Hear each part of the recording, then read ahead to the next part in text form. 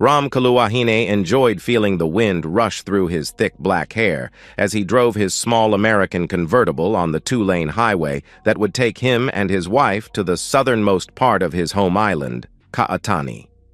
Located in the South Pacific Ocean, Ka'atani actually consisted of several islands, the largest of which was about 65 miles from tip to tip and home to about 1.5 million natives and another 100,000 foreigners, mostly Americans. Ka'atani was an independent nation, with its own government, police, and defense force. Historically, the nation had been ruled by a monarch, but had adopted a democratic system similar to that used in the United States. It had a president, who was elected to serve one 5-year term, and a House of Representatives, with members elected every 2 years by the citizenry. The nation had begun an aggressive campaign of modernization over 70 years ago under a previous monarch who felt it was time to bring the population into the 20th century. As a result, Ka'atani today had all the conveniences of modern life, including the internet, along with all the trappings of a modern civilization. Fortunately, the people had managed to remain true to most of their ancient values, and as a result, the nation still had the lowest divorce rate in the world, even surpassing India, which by some reports only has a 1% divorce rate. Except for the strange rocks scattered on the sides of Mount Satani that glowed at night, the sandy beaches, and the hospitality of the population, Ka'atani had nearly nothing to offer potential conquerors, and had so far escaped the stigma of foreign rule. Not even the Japanese considered Ka'atani during World War II, thinking it too far south to be of much use in its conquest of the Pacific. This was where Ram was born and raised, the place he called home, and he loved it. It was a good day for a drive, he thought. Not too hot, not too cold, and the humidity was bearable at this altitude. The reason for the drive, however, made him both angry and sad. He looked at the woman sitting in the passenger seat. Marion was her name. She was a California beauty, he thought. Blonde hair, soft, supple skin, and tanned, toned legs made for intimacy. She wasn't just his wife. She was every man's wet dream. He had just over an hour before they reached their destination, so he thought back over their lives together. He met her 6 years ago when he first accepted a teaching position at the local campus of an American university headquartered in Washington, D.C. At the time, he had just completed his doctorate and decided to return home. The local university board welcomed him with open arms and offered him the position. He took to it like a fish to water. He loved teaching, and he enjoyed teaching the local youth. She worked in the admissions office as a counselor, and the two of them met at a social function held by the president of the university. They took to each other, dated for about a year, and eventually married. She was an only child who had lost her parents in an auto accident just a couple years before. As far as he knew, she had no other relatives. Strangely enough, she wanted a traditional Ka'atani marriage. He thought that odd, since most local girls wanted anything but a traditional marriage these days. At first, he thought that maybe she was either patronizing him or was a bit delusional, and questioned her about it. Perhaps she didn't fully understand the true meaning of what she claimed to want, he thought. But she was adamant that was what she wanted. So he gave her a text file of the chant she would have to repeat at the ceremony and taught her the proper way to pronounce the words. She already knew some of the local language, enough to communicate in the local markets, but not enough to fully understand the real meaning of what she would commit herself to. The ceremony itself was beautiful. Toward the end, Marion knelt in her short white robe and picked up the pillow next to her. She held it up to him and chanted the traditional phrase perfectly. A rough English translation of the phrase was, "I submit myself to you, my husband, in body, mind, and spirit." Of course, there was a much fuller meaning of the phrase, but it had long since been largely forgotten by all but the oldest and most traditional of the population. He grasped the sivage sitting on the pillow, a short curved dagger carried by husbands in the old days, a sign that they were off limits and prepared to defend to the death that which was theirs and theirs alone. He admired Marion's handiwork, the richly adorned handle with the seal of his family. She had even anointed it with her own blood, as was done in the old days. After he repeated the chant, he held the knife and cut the ties holding her robe, letting it fall to the ground. She remained still, her naked body now in full view of those in attendance. He opened his own robe and presented his manhood to her. As tradition demanded, she took his manhood into her mouth until he was fully erect. Then he picked her up and placed her, naked, on the wedding altar. He moved close and, in front of all those present, consummated the marriage on the altar until they both reached orgasm. In times long past, this was where the bride would prove to her family and to the community as a whole that she was a virgin, worthy of her new husband. He helped her off the altar, and the two walked back down the aisle to his car, his running down her leg, a sign that she now belonged to him and him alone. After their first night on the island, they flew back to the States, where they enjoyed a week-long honeymoon in Las Vegas. The next 3 years were great. Ram and Marion continued their work at the university and spent their free time making sweet love to each other. He couldn't imagine life getting any better than this. Then Marion got transferred to the main campus in Washington, D.C., so he put in for a transfer as well, hoping the school would give him a chance to teach in the American capital city. The board agreed to transfer him, and so the two set off to live and work in Washington. Marion had lived there prior to coming to Kyotani and promised to show him all the sights, not knowing that he had spent several weekends in the city while attending college. The next year and a half saw a number of changes in their lives. Marion's new position required her to work later than normal sometimes, travel, and attend social functions where she hobnobbed with the rich and famous. Sometimes she took him with her to these functions. Even though she introduced him as her husband and a professor, he got the feeling that he was a token, or worse, an exhibition, a zoo creature to be stared at by the locals. More than once he felt uneasy and irritated at the patronizing manner in which the others spoke to him. Some even raised their voice and spoke slowly, as though he was some kind of invalid who didn't understand English. More than once, he had to refrain from putting his fist through someone's face. He remembered one conversation he had with Marion after a recent event. "Are you okay, honey?" she asked, as he stripped off his expensive suit. "No, I'm not," he growled in his deep baritone voice. "What's wrong? Did someone say something bad to you?" "It's the way it was said. Do you remember that scene in Outlaw Josie Wales where the character played by Chief Dan George talked about meeting Abraham Lincoln at the White House?" She nodded her head. "Yes, I do," she said. They had just watched the movie on DVD a couple nights previous. "I can relate to what he said. It's almost as if these people think because I'm a Pacific Islander I should have a bone in my nose and wear a loincloth." "Well, you would need a pretty long one," she told him, patting his crotch.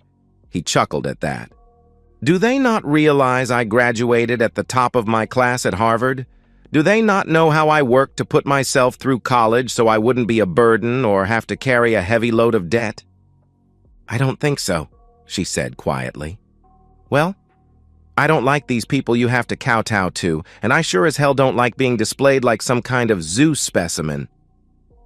It's all part of the game, but I understand how you feel. You don't have to attend these things if you feel uncomfortable, you know." He shook his head. "No, you're my wife, and I should be there to support you. Besides, I don't like the thought of someone else escorting you. By the way, what's with this new boss of yours, Jake Hamilton?" he asked. He met Jake that evening for the first time and took an instant dislike to him. His face had "Hound" written all over it. "They just recently brought him in. He's from New York. He's really a very sweet guy once you get to know him." "He seems to have taken a liking to you. Ram said. He couldn't help but notice that Jake had spent most of the night close to Marion. Sometimes, he thought, maybe just a bit too close. "You're not jealous, are you?" she asked. He smiled and took her in his big arms. "Of course I am. But he does know that you're married, right?" "Yes, he knows," she said, putting her arms around his neck. "Good. I hope he remembers." They finished the night making love, but he had a bad feeling in his gut. Something told him he needed to keep an eye on Jake Hamilton. Things went straight downhill over the next 6 months. Marion ended up getting sent out of town with Jake a number of times, and she started working much later in the evenings, far more than before. As a result, their intimate life all but disappeared, as she always seemed to be too tired to do anything. It all crumbled one day when Ram was in his office, going over student papers. He was interrupted by a knock at the door. "Come in," he said. The door opened, and a petite brunette poked her head inside. She pushed her glasses up her nose before speaking. "Dr. Kalua Hine, do you have a couple minutes?" she asked. He looked at her and instantly recognized her as one of the girls who worked in Marion's office, but he couldn't remember her name. He motioned for her to come inside. "Please, come in, and feel free to call me Ram. My students call me Dr. Kalua Hine, but you're obviously not one of my students." She walked into his office and stood before his desk. "What can I do for you, Ms. Harper?" she said quietly. "April Harper. I work in your wife's office." "Yes, of course. What can I do for you, Ms. Harper?" "Well," she began nervously, "I don't quite know how to say this." "I find it's best to simply say what's on your mind," he told her. She nodded her head. "Well, it's about your wife and Mr. Hamilton," she said, getting his full attention. "I'm kinda embarrassed to say since it's quite personal, but I think what they're doing is just wrong, and I thought you have a right to know. That is, unless you already know and approve of it. I know some guys like that sort of thing." "What sort of thing is that, Ms. Harper? What are they doing that upsets you so much?" "They're, well, having an affair," she said. He felt his face turn red. "Are you absolutely certain of that, Ms. Harper? That's quite an accusation. They're gone most every day for lunch, and their lunches often last longer than normal. They take trips together all the time. He buys her flowers, and it's pretty obvious from the way they interact that it's more than just a professional relationship. Plus, the girls are all talking. Mr. Hamilton has quite a reputation, even though he tries to keep it all hush-hush." "I see," Ram said. "Have you personally witnessed anything to suggest they're having an affair? Have you seen them kiss each other or do anything inappropriate? PDAs, anything?" "I did see them kiss one day when they came out of his office," she said nervously. He nodded his head when she finished. "Tell me, Ms. Harper, how often does Mr. Hamilton have you girls work after hours?" he asked. She shook her head. "We generally don't work after hours. The college is very strict about that. Marion and Jake sometimes stay late, but the rest of us normally don't. The only time we might work after hours is when we're getting ready for graduation or student enrollment, but even then, we get comp time to make up for it. They hate paying overtime." "I see. Have you said anything to anyone else?" he asked. "I haven't said anything to anyone. I wanted to bring it to you first. We all like Marion, and we don't want to see her get in trouble. Still, it's unsettling. If the dean or the president ever saw it, there'd be hell to pay." "Yes, they would. Thank you for bringing it to my attention, Ms. Harper. I'll take care of it from here." "Thank you, Dr. Ram," she said. After she left the office, he pulled up a Word document that he had saved on his computer. It was a list of private investigators and divorce attorneys. He had been collating for a while. He had hoped he wouldn't need to use any of the information, but he felt as though he now had no choice. If she was cheating, as April said, he would have no choice but to divorce her. He picked up his phone and made a call. He wasn't surprised when Marion texted him later that day to say she would be working late. He sat at the dining room table and picked at his food, wondering what his wife and Jake were doing at that moment. Eventually, he tossed the leftover lasagna into the garbage disposal and went upstairs to the master bedroom. He put on a pair of pajamas and lay in bed with the television on. He woke up when he heard Marion in the room. She came over to him and gave him a kiss on the forehead. Her hair smelled like it had been freshly shampooed, and he thought he detected an odor of aftershave. "I'm so sorry. I didn't know he would keep me so long. I grabbed a bite to eat on the way home." She went into the bathroom and came out a short time later wearing a pair of flannel pajamas. That was her signal that there would be no intimacy tonight. He really didn't want to have intimacy with her anyway, not if she had just been with Jake. "He's been working you late a lot lately," Raymond said. "How much longer is this going to go on?" "Hard to say. He's kept the whole department working late." He felt rage hearing her lie to him, but kept himself under control. "The whole department, huh? I thought the college frowned on overtime." "Normally, yes. But he's got a big meeting coming up with some major donors soon, and we have to be ready for it. Oh, that reminds me. We're going to New York on Friday. We'll be leaving before lunch and we'll be gone for the weekend." "That's rather short notice," he said. Today was Wednesday, or rather, early Thursday morning. "That's why we're working so much now. I'm sorry, I'll make it up to you." "Okay," he said, rolling onto his side. He knew this was bullshit, but wanted to give her enough rope to hang herself. Later that day, Jake came to visit Ram at his office. He knocked on the door and entered before Ram could respond. Ram looked up to see Jake's perpetual smirk. "What can I do for you, Mr. Hamilton?" he asked. "I just wanted to drop by and apologize for monopolizing your wife's time. I'm sure you may have heard the rumors, and I just wanted to reassure you nothing inappropriate is going on." "I don't put much stock in rumors, Mr. Hamilton. I deal with facts and evidence, and I certainly hope for your sake there is nothing inappropriate happening." Jake's smirk wavered for a moment. This wasn't the response he expected. In his experience, academic types tended to be wimps. But there was something about this man that unnerved Jake. Maybe it was his voice, or the inscrutable manner in which Ram regarded him. Nothing about Ram said wimp, and for a moment Jake considered abandoning his plans for Marion. "Of course not, Dr. Kaluahin. By the way, did Marion tell you that we'll be in New York this weekend?" "She did," Ram said. He purposefully did not give Jake permission to refer to him by name, as he really didn't like the man. "Rather short notice, I must say. I had planned on taking her out Friday night. She's been spending more time with you than with me lately." "Again, I apologize for that. It's our work. It never ends, you know." "When do you think I might be able to spend some time with my wife?" Raymond asked somewhat sarcastically. "Very soon. We just have some things that need to be taken care of. Look, I have to go now. It's been nice speaking with you."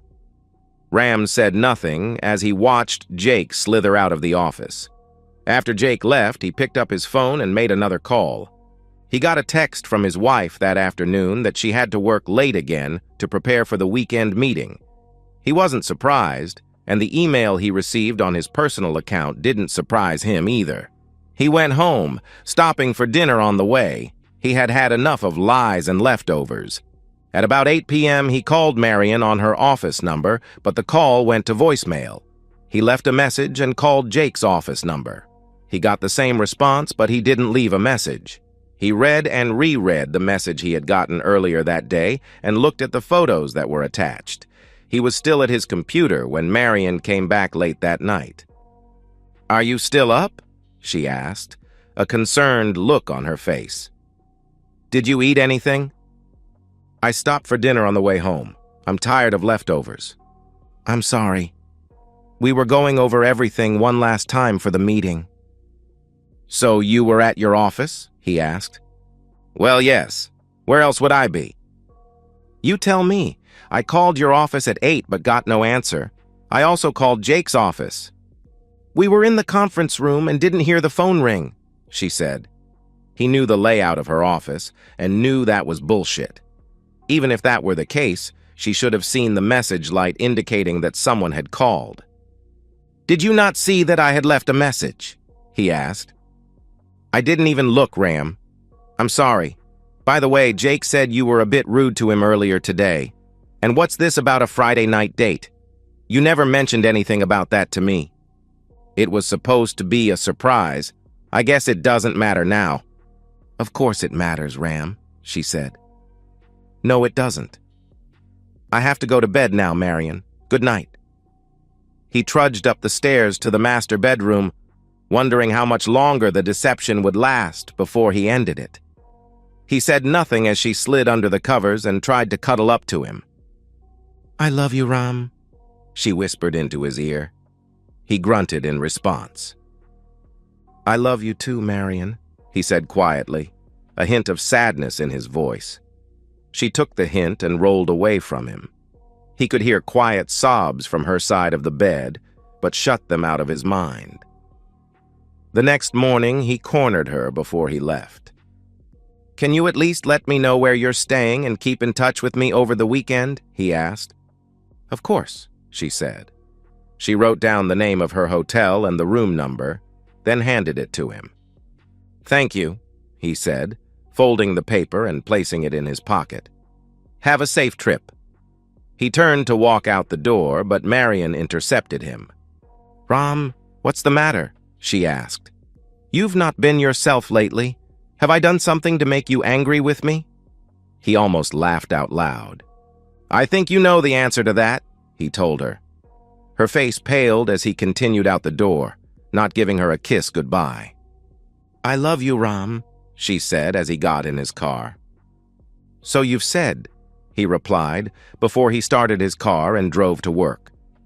Even though the damage had been done, he hoped she would realize the error of her ways and change her mind about going to New York.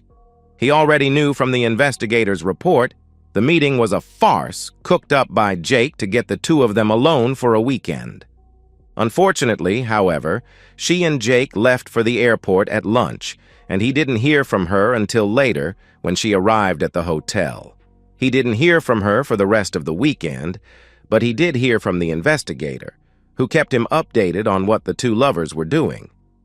From the reports he read, they had a lot of fun visiting the local nightclubs, dancing and drinking, then having intimacy for most of the weekend. He nearly put his fist through a wall when he saw a video of the two of them in bed. He couldn't help but notice that Jake used no protection whatsoever. He didn't know if Marion was still taking her birth control. He considered his options. In his mind, divorce was a no-brainer. But he also knew from speaking with colleagues that divorce in the States almost always went bad for the husbands. Then he had a brainstorm, and that Sunday, he made a couple of overseas calls. He was already in bed when Marion got home late Sunday night. Normally, he would welcome her home from these trips with a hug and a kiss, then a romp in the sack, but not this time. He didn't even offer to help carry her bags in. She put her bags in the closet, changed in the bathroom, and got in bed. She tried to give him a kiss, but he rolled over to avoid touching her. The next morning, he got up before she did and left the house without saying a word to her. During his break period, he contacted his investigator and got the full report of Marion's activities over the weekend, then made another call. Marion tried contacting him throughout the day, but he ignored her calls and texts. He saw her at home that night but said very little to her. She finally cornered him in the front room after dinner. "Ran, what's going on?" she asked. "You haven't said 2 words to me since I got home. Don't you want to know if we were successful?" He looked at her hard before speaking. "I'm sure you got what you wanted," he said. "What's that supposed to mean?" she asked. He reached for his laptop and brought up a video of her in bed with Jake. Her eyes widened as he played the video. "Oh God, Jake, you feel so good!" Marion moaned in the video. "Better than that savage you married?" Jake asked. "Please, you know I don't like it when you talk like that about him. He may be a savage, but he's a good man." "Well, why are you here with me instead of with him?" he asked her. "You know why, Jake?" she said. "Yeah, I do," he said, wrapping his arms around her. "Come on, let's go for it again." Disgusted, Ram turned off the video and glared at Marion. "How did you get that?" she asked Ram when he stopped the video. "What difference does it make? What I'd like to know is why." "Ram, it was only intimacy, that's all. It had nothing to do with you. You know I would never hurt you." "Well, you did. So tell me, dear wife.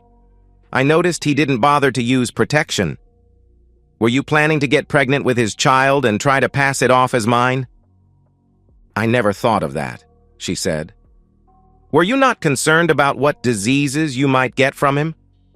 According to my report, Jake has at least 2 other women he sees on a regular basis. And those don't include his frequent one-night stands." "He assured me that he's clean," Marion said. "And of course you foolishly believed him. After the way you disrespected me, I can no longer work here. I've requested a transfer home. I've already spoken to the chancellor and he agrees it's best. He also agreed to fire both you and Jake for blatant violations of the university's rules." "When are you planning to leave?" she asked. "At the end of the term, which finishes up this week. We leave Friday." "What about us?" she asked. "There is no us anymore. You killed that. The divorce will be finalized when we get back. Both you and Jake will need to be there for that. What you do afterward, I don't care." "Why does Jake need to be there?" she asked. "Why do you think?" he asked in response. "He's the one you were cheating on me with. The order has already been given. He can either go peacefully on his own, or he can be extradited." "Extradited? Isn't that a bit extreme?" she asked. "You forget that the Ka'atani nation has an extradition treaty with the United States. When you married me, you earned dual citizenship. As for Jake, he has no choice. He will be there, one way or another." Ram stood, indicating that he was finished and would say no more. Marion sat, stunned at what just happened. Jake had assured her that Ram would never find out, but he had. "Please, Ram, I don't want a divorce," she said, tears in her eyes. He glared at her for a few seconds before walking out of the room. "Why did you do it? Was I not good enough for you?" "You're the best," she said. "Then explain to me why," he demanded. "Well, Jake and I knew each other in college. He was my first, and I guess I just fell for him again." "I guess the old saying is right," he told her. "What saying is that?" she asked, confused. "A time to cheat and a time to die." "What do you mean? Are you saying there's no hope for us?" "When you cheated on me, you killed our marriage. You killed us. I hope it was worth it to you." The rest of the week was difficult. The chancellor called Jake and Marion into his office and fired both of them for violating university rules regarding fraternization. Then he handed Jake a sheet of paper that had been emailed to him the previous day. "What the hell is this?" Jake demanded angrily. "A summons from the kingdom of Kayatani," the chancellor said. "You are party to Dr. Kaluaheen's divorce. I'm told that if you refuse to go, you will face extradition. A plane ticket is being sent by express mail. Security will meet you there." "This is bullshit," Jake exclaimed. "Perhaps, but I've been told by the State Department that it's all legit. They're staying out of it. Now pack your trash and get out of my school. Both of you." Dejected and ashamed, Marion went to her desk and packed her things. Jake, however, had another idea and headed to Ram's office. Ram was grading papers when Jake barged into his office angry. Ram put his grading pen down before looking at Jake. "You worthless coward!" Jake yelled as he charged across the office, determined to take the bigger man down. Ram calmly extended a hand and caught Jake in the throat, abruptly ending his reckless charge. He stood over Jake, who was on the floor gasping for air, and shook his head. "Get out of my office, and I don't want to see you until the hearing." The rest of the week went fairly quickly. Ram avoided Marion as much as he could and said practically nothing to her. Marion tried to get back in her husband's good graces, but he largely ignored her and would simply walk away when she began crying. On Wednesday, movers came to the house, packed up their things, and prepared them for shipment to Kayatani. A realtor had already put a for sale sign in the yard. With everything out of the house and all of their affairs in order, Ram and Marion spent a night at a motel, sleeping in different beds. It was hard, as he always found her to be sexy and very enticing. But he was determined not to give in to her. They flew out early Friday morning. After they settled into their room at the Marriott Hotel, he made a couple of calls and learned that Jake had actually left the States and was on his way to the island. He then learned that the proceeding would take place on Monday, and Jake had been taken into custody by the King's Guards, an elite unit of the National Police. The weekend was hard on both of them. Marion did everything she could to talk him out of going through with it, but he rebuffed her efforts. "Please, can't we get through this?" she begged. He looked at her and simply shook his head. "No. You disrespected me in the worst way a woman can. You made your choice. Now you must live with it. But I promise it'll never happen again. Please, Ram, I love you." "And I loved you as well," he said. "What good are your promises anyway? Do you remember the promise you made to me when we married? You failed to keep that one, so how can I possibly trust that you'll keep any other promises?" "We can try counseling, can't we?" "Please, Ram, I'm begging you. It didn't mean anything. I didn't mean to hurt you." "Silence, woman," he thundered. "It meant everything to me, damn it. You pledged yourself to me and me alone, just as I pledged myself to you only. I kept my pledge to you, but you broke yours to me. Now, it's time to deal with it and move on." Finally, Monday morning arrived, and Ram woke Marion up at 4:30 a.m. "Why are you waking me up so early?" she asked. "It's time to get ready. You should probably have some breakfast before we leave. We have a long drive ahead of us." "But the courthouse isn't that far away. It's just a few blocks over. We can walk there in less than a half hour." "We're not going to the courthouse," he said. "Where are we going?" she asked. "Metsatani," he said, referring to the dormant volcano on the southernmost tip of the island. The last time it erupted over 2,500 years earlier, it blew off the top third of the mountain, leaving a giant hole in the ground that later became a holy site for the island's population. "You were the one who wanted a traditional marriage. I think it only fitting we have a traditional divorce." The realization of what he said began to sink in. "What? You can't mean—" "Yes. Now get ready. We have enough time to eat before we have to be on the road." Marion got up, shocked, and went into the bathroom to get ready. She knew about the legends of Metsatani and the place it held in local folklore. It was the traditional place where marriages were dissolved, but those ceremonies usually ended up with someone dying. Surely he wouldn't do that, she thought. After they dressed, Ram put a gym bag in the trunk of their rented car and took her to the dining room where they ate breakfast. He ate a hearty breakfast as he always did, but she barely touched her food. Inside, she was a bundle of nerves. Surely the old stories were just that. Stories, she said to herself. Or were they? The drive to the mountain, which sat on the southernmost tip of the island, would take more than an hour.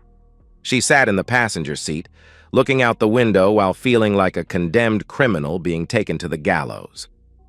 Finally, they reached their destination. Ram pulled off the winding two-lane highway and drove to the parking lot, where he stopped the car. He got out, grabbed his bag, and opened Marion's door. "Let's go," he said quietly. Marion looked at him with tears in her eyes and slowly got out of the car. Her legs buckled under as she stood, but he steadied her and guided her to the ancient rock steps that led to the top of Metsatani. "Climb the steps," he told her. Trembling, she began the long walk up the staircase, wondering how many others had done this in ancient times. When they reached the top, 2 uniformed members of the King's Guard met them. As they looked, they saw several older Kaitani sitting in a semicircle in front of the ancient rock plank that jutted out over a giant gaping hole that was once the caldera of Metsatani. She knew the hole was at least 5,000 feet deep and a stream of lava flowed at the bottom. They also noticed a portable gazebo surrounded by the king's guards. Large flags flew on either side of the gazebo. Inside the enclosure was an older Kayatani, dressed in traditional garb. Marion gasped when she realized who it was. She looked at Ram. "Do you know the king?" she asked. "I should. He's my father's brother." Ram looked at the guards. "Get her ready," he told them. He watched them take her to a tent and went to another where he donned his traditional robe. He considered his sivage and recalled that day on the beach when Marion presented it to him. He had hoped it would never get used. He placed it in his belt, then went back outside. By then, Marion had been prepared and was being led to the plank wearing a short red robe. Jake had already been delivered and was standing on the plank, his arms and legs firmly secured. He wasn't too happy, but the guards had already informed him to keep quiet unless he was addressed. Ram stepped before the gazebo and bowed to his uncle, who acknowledged him with a nod of his head. He then took his place in front of the tribunal, which was seated in a semicircle before the plank. "Prince Ram Kaluahin," the man at the center of the semicircle said, "this tribunal has reviewed your request for divorce. We have also examined all the evidence and have determined that your case is valid. Based on the evidence, your petition for divorce has been granted. Do you wish to address those who have wronged you before you carry out the final judgment?" "I do, Counselor," Ram said. "Very well then. Proceed." Ram bowed to the tribunal and turned to face Marion and Jake, who were now tied together on the plank. He could tell that Marion was frightened, as she had every right to be. Jake, on the other hand, had no idea what was about to happen and remained arrogant as ever. "What the hell is this all about?" Jake asked as Ram walked toward them. "Shut up," Marion told Jake. "Why? Are they going to sacrifice us to their volcano god or something?" "God, you're such dumb," she whispered. "Are you two about finished?" Ram asked. They said nothing as they stared back at him. Ram continued, looking at his soon-to-be ex-wife. "Do you remember the pledge you made to me down there on the beach 5 years ago?" he asked. "I remember," she said. "Did you fully understand the nature of the pledge we made to each other?" he asked. "Yes, I do," she said slowly. Ram nodded his head in sadness. He had given her an out, but she did not take it. It would have been one thing if she did not understand the nature of her wedding pledge. Her admission to the contrary, however, sealed her fate. "Pledge?" Jake asked. "What pledge?" Marion wanted a traditional Kayatani marriage, part of which requires the couple to pledge each other their mind, body, and soul for as long as they live. You see, Jake, here, we believe that the most important traits a person can have are loyalty and fidelity. Without those, nothing else matters.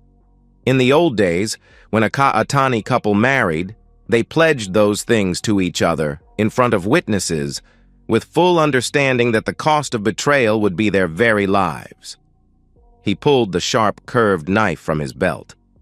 Jake's eyes widened when he saw the blade. "But that's murder," Jake stammered. "In your culture, perhaps. Here we call it divorce. This blade was given to me by Marion on the day we wed, as tradition dictates. It's more than just a bauble or a trinket to hide behind glass. In the days of my ancestors, it was worn by the husband as a sign that he was not available. It was also intended as a warning to anyone who might encroach on the couple. Someone like you, Jake." With that, Ram swung his arm out in a flash. When he was done, a red line appeared on Jake's neck, and his eyes went wide as he realized his carotid artery had just been cut. The blood spurted and poured down his neck, and he began to sway as he lost strength. Marion tried to steady them on the rock plank, but found it difficult as Jake lost the strength to stand.